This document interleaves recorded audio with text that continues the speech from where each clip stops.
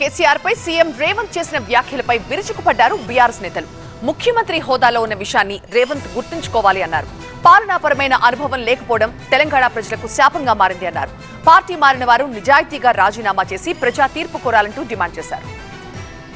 December 7 నుంచి మార్చి 7 వరకు తుపాకులగూడెం నుంచి 48 టీఎంసీల నీళ్లు సముద్రంలో కలిసిన మాట వాస్తవం కదా. దీంట్లో చాలా మట్టుకు ప్రాణహిత నుంచి వచ్చినాయి కదా, అంటే మేడిగడ్డ నుంచి వచ్చినాయి కదా.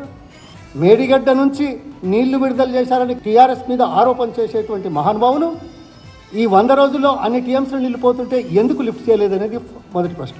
తోటి రైతన్నలకు ఇబ్బంది కలుగుతుందని వాళ్ళకు అండగా ఉండాలా అని చెప్పని వాళ్ళ బయటికి వచ్చి సింహం లెక్క బయటికి వస్తే లాగులు దడిచినాయి రేవంత్ రెడ్డి నీకు.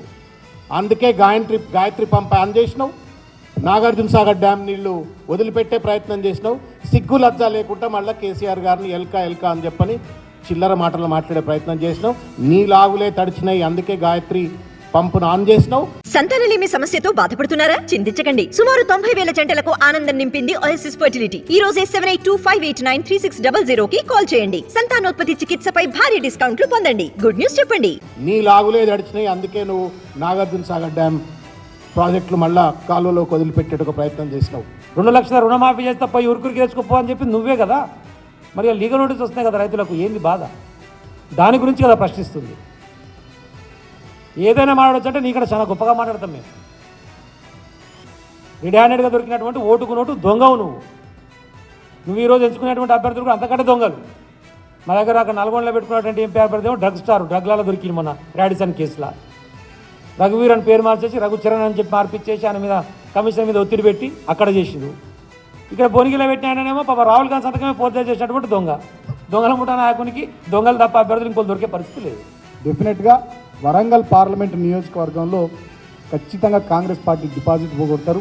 నేను కేకేను కూడా, మీరు కడియం శ్రీగారి గారి గురించి అడిగి కేకేను కూడా అడుగుతా ఉన్నా. ఆయనకి ఏమైంది, ఎందుకు పోవాలి? 85-86 ఏళ్ళ వయసు. నేను కూడా మొన్న ఇంటికి గంట సేపు కూర్చొని వచ్చిన. వారి బిడ్డకు మేయర్ మా విజయాక రాజీనామా చేయాలి, దమ్ముంటే ఇమ్మీడియట్గా నువ్వు నీ పదవికి రాజీనామా చేయాలి. మేయర్ పదవికి పార్టీ ద్వారా వచ్చిన పదవి. కడియం శ్రీగారి గారు కూడా ఎమ్మెల్యే పదవికి రాజీనామా చేయాలి.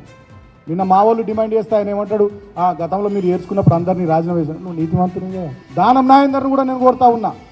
ఎన్ని తీయటి పుల్లటి మాటలు చెప్పినావు. సుమన్ ఉద్యమంలో మేము లేము, కానీ మీరు కిషోర్ మీరు అంత ఉద్యమం చేస్తుంటే సంబరపడేటోళ్ళం. తీయటి పుల్లటి మాటలు చెప్పి అధికారంలో 10 ఏళ్ళు మన ప్రభుత్వంలో అన్ని రకాలుగా అన్ని అనుభవించి ఇవాళ ఆయన కూడా దన్నున కారు దిగిండు, చేయి పట్టుకున్నాడు.